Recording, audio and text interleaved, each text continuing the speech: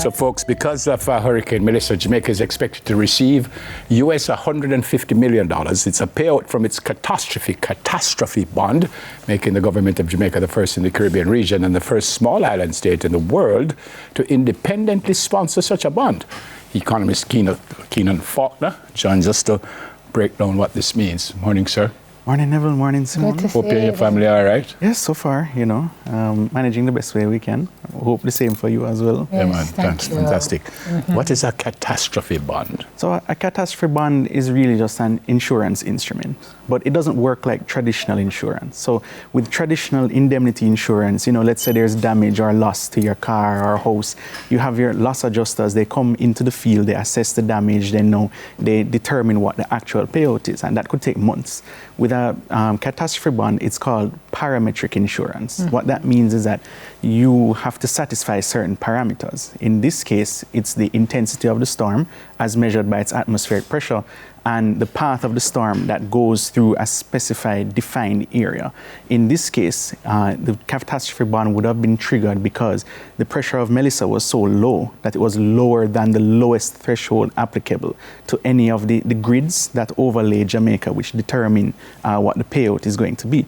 And the path passed through around 3 to 4 of those grids. And it was so severe that it triggered a pre-arranged amount of money of 150 million US or 24 to 25 billion Jamaican. And even though there is some calculations still need to be done, it is highly likely that we'll get all of it. Mm-hmm. How do you come up with the figures? It's based on all the KPIs you just mentioned? Yes, so It is dependent on how many grids are breached as well as the intensity of the storm. So the lowest minimum threshold that can pass through any of the grids overlaying Jamaica, and I should explain that Jamaica, for the purposes of determining a payout, is divided into 19 grids and the surrounding waters as well. Now, dependent on how many of those are breached and the intensity of the storm passing through, that determines the payout. So for Melissa's pressure was 892 millibars. That's well below the pressure that is applicable at minimum 920 millibars. Mm-hmm. It's the same reason why Beryl did not trigger it, even though it passed through some of the grids, the pressure was a little higher. However, in the past, if there was a catastrophe bond, then Gilbert would have triggered it with a 70% payout, Dean would have triggered it with a 92% payout, and Ivan would have triggered it with a 100% payout. Yep. So it's the same. But it wasn't there. We didn't have it before. We didn't have it before. Yep. I have a triple barrel question. Mm-hmm. Who giving us the money? Do we have to pay it back? And I know this is for recovery. But how you decide what you do, like immediately, where you go? All right, well, so to answer the first one, the government decides, because the money there's no restriction on how it can be spent. But because of the immediacy with which it's available, it is expected that it will go immediately towards emergency relief, because there are 3 broad phases. There's relief in the short term, there's medium-term recovery, and there's long-term reconstruction, which will take years. So that's over several budget cycles. The government will have to budget for it. They'll have to readjust and reprioritize year on year to facilitate some of that long-term reconstruction. Mm-hmm. In terms of whether we have to pay it back, no. So it's not debt. It's not something that we borrow. It's not something that we need to pay back. It is just money that is insurance, basically. So how it works is that the World Bank arranged this bond. It was placed on the Hong Kong Stock Exchange, and they act as an intermediary between Jamaica and global capital market investors. So investors see the bond, they invest in it, they give their principal to the World Bank, they hold it, and in the event that it is triggered, that principal comes to us. Mm-hmm. We, Jamaica, like any other insurance, we pay a premium at regular intervals, and those premiums also go to the World Bank, they hold custody of it, and in the event that it is not triggered, then the investors, they get that as basically the return on their investment. Yep, really? I think it comes up to like 24 billion Jamaican dollars. Right. So again, how do we know that we get the 24 billion, it was spent where it was supposed to be spent? How we know that? Well, it's for the government to really make those details available. So the proceeds of that bond go into our National Natural Disaster Reserve Fund. All the proceeds of all our emergency instruments go into that fund. And the Minister of Finance, now when they go into Parliament, they have to make a statement, accounting for all the money that goes into that fund and where it will be spent. Mm-hmm. So when are we likely to get that payout?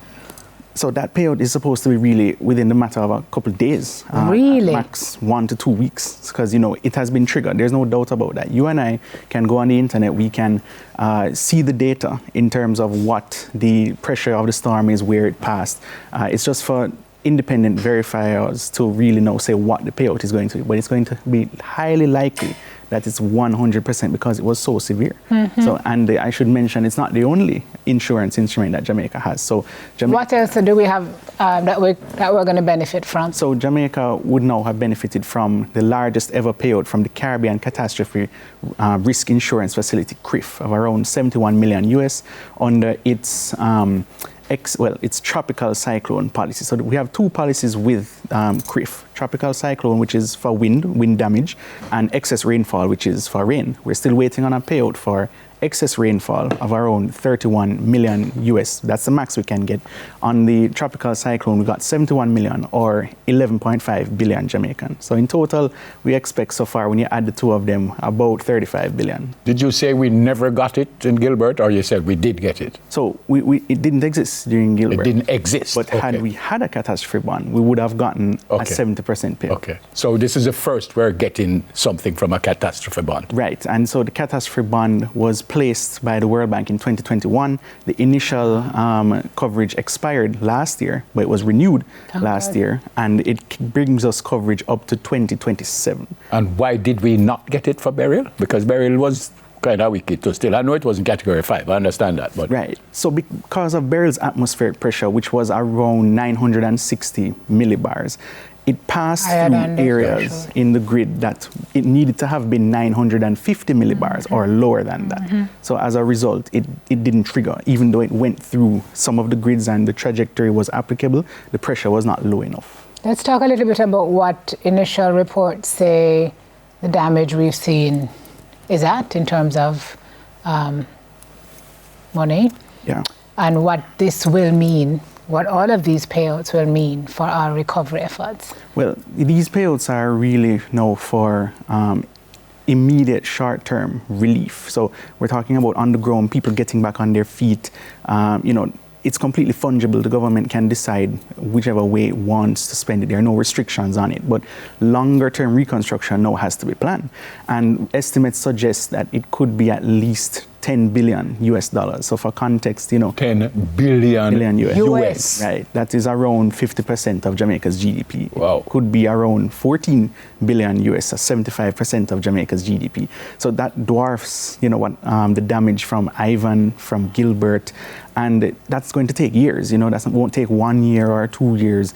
That will take several budget cycles over several years. The government will now need to plan that in the budget every single year for long-term reconstruction. Question, God forbid, but if this happens to us next year, we get another same kind of money?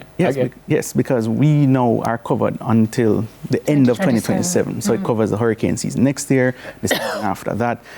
Our premiums might go up after that, but then the capital market... It's worth it, though. It's worth it. Yeah, they might determine it's worth it. It's a very high-risk instrument, but you have high-risk investors who are willing to put their money there.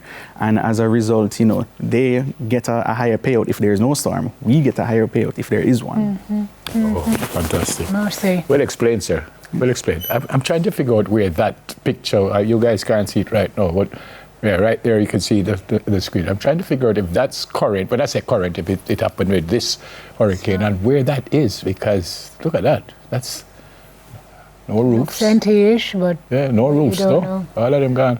Yeah. Keenan, you have family down that side? Yes, I actually have family in the Southfield, Queensbury side of St. Elizabeth. I'm hearing that most of them are okay, and that part of St. Elizabeth was not the worst affected. When you say most of them, are you hearing that some of them are not? No, but from those who we can hear from, okay. Give thanks. And thanks for coming in. Well explained. Thank you so much. All right, economist Keenan Falconer.